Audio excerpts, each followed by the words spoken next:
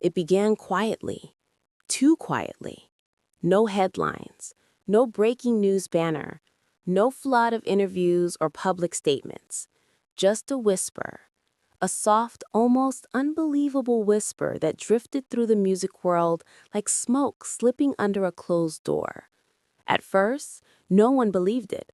How could they?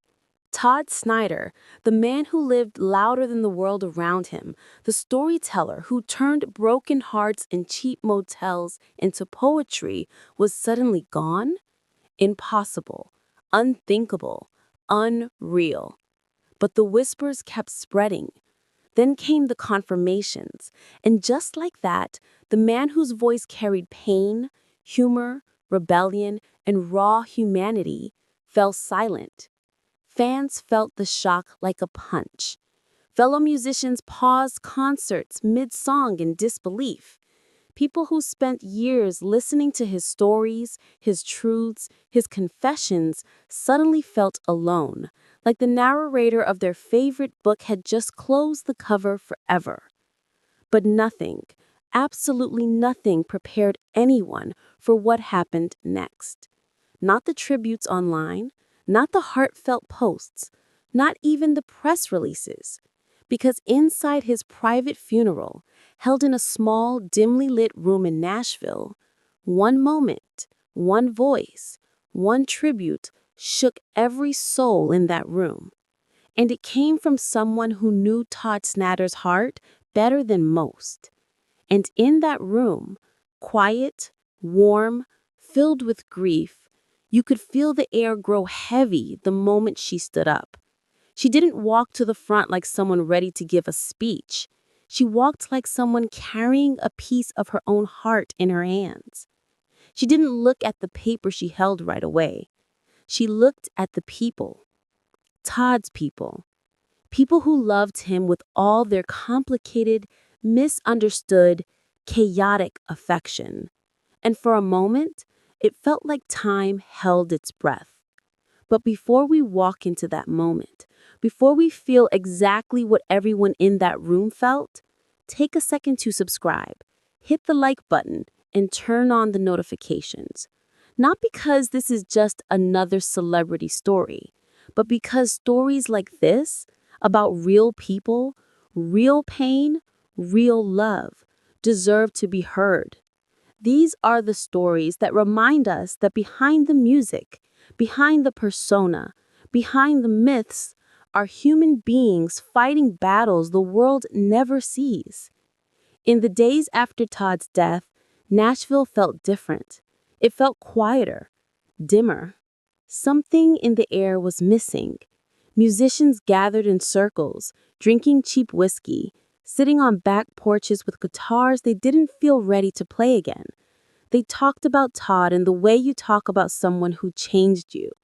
They remembered his jokes, those late-night rambles that somehow always turned into poetry. They remembered how he could walk into a room looking like he hadn't slept in 3 days, but still crack a smile that made everyone forget their own problems for a moment. But his family remained silent. No statements, no interviews, nothing. And people close to Todd knew why.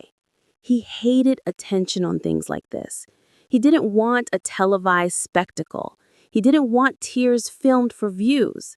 He wanted something real, something honest, something that matched the man he truly was. Raw, flawed, unpolished, and deeply human.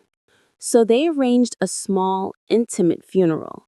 No velvet ropes, no press, no excessive floral towers screaming celebrity. Just candles, guitars leaning against the wall, a few framed lyrics and photographs scattered like loose memories.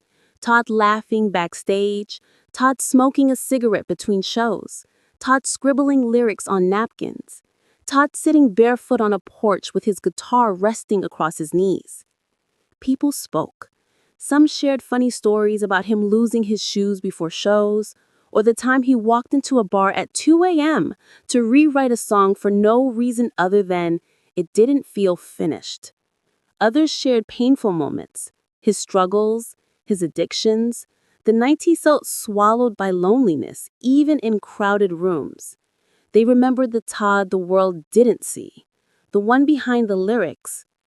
But then Elizabeth stood, and everything changed. She took a deep breath, trying to calm the storm inside her chest. When she finally spoke, her voice cracked with emotion. You all knew the songwriter. I knew the soul. That single sentence broke the room's heart open. As people shared stories, the room filled with laughter, tears, and nostalgia. But then Elizabeth Cook slowly stood up. She walked to the front with a folded piece of paper in her hand, but didn't open it right away. She just stood there, breathing, eyes glossy, trying to steady herself. When she finally spoke, her voice trembled softly. You all knew the songwriter. I knew the soul. Those words alone made the room shift. She didn't begin with his music or career. She began with the late-night talks, the small moments, the fragile pieces of Todd Snider that never made it onto a stage. She spoke about the way Todd walked into rooms pretending he wasn't carrying the weight of the world, his crooked smile masking the storms inside him. She talked about his generosity, how he gave away money he couldn't afford to lose, time he couldn't spare, comfort he barely felt himself.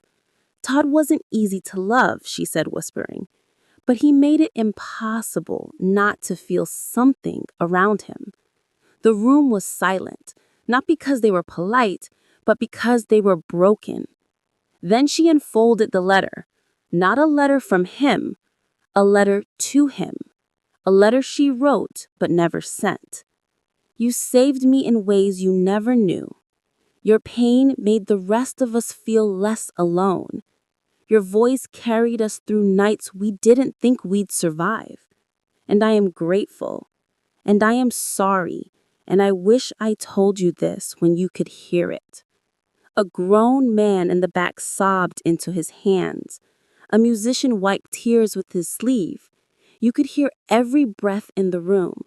Elizabeth continued, her voice shaking but steady enough to finish. Todd didn't write songs. He confessed them. Bleeding isn't easy, but he did it every night so the rest of us didn't have to bleed alone. And when she stepped down, Todd's sister wrapped her in a hug so long and so shaking that anyone watching understood it was more than a hug. It was closure. It was forgiveness. It was love. It was the end of something and the beginning of something else. Todd Snider wasn't perfect. He wasn't simple. He wasn't clean or polished or carefully curated. He was real.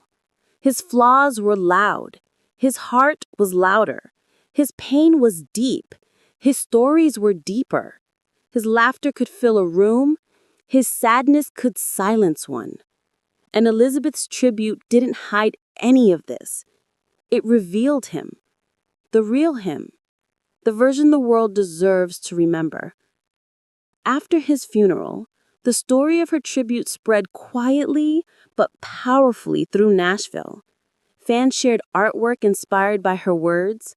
Musicians revisited his old albums with new understanding.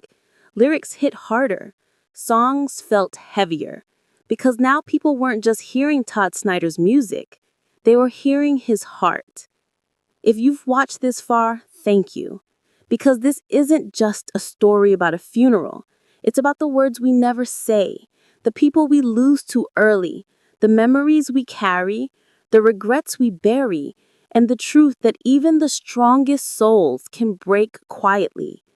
Tell us in the comments which Todd Snider song shaped you, which lyric hits different now. Click like if you believe music doesn't just entertain.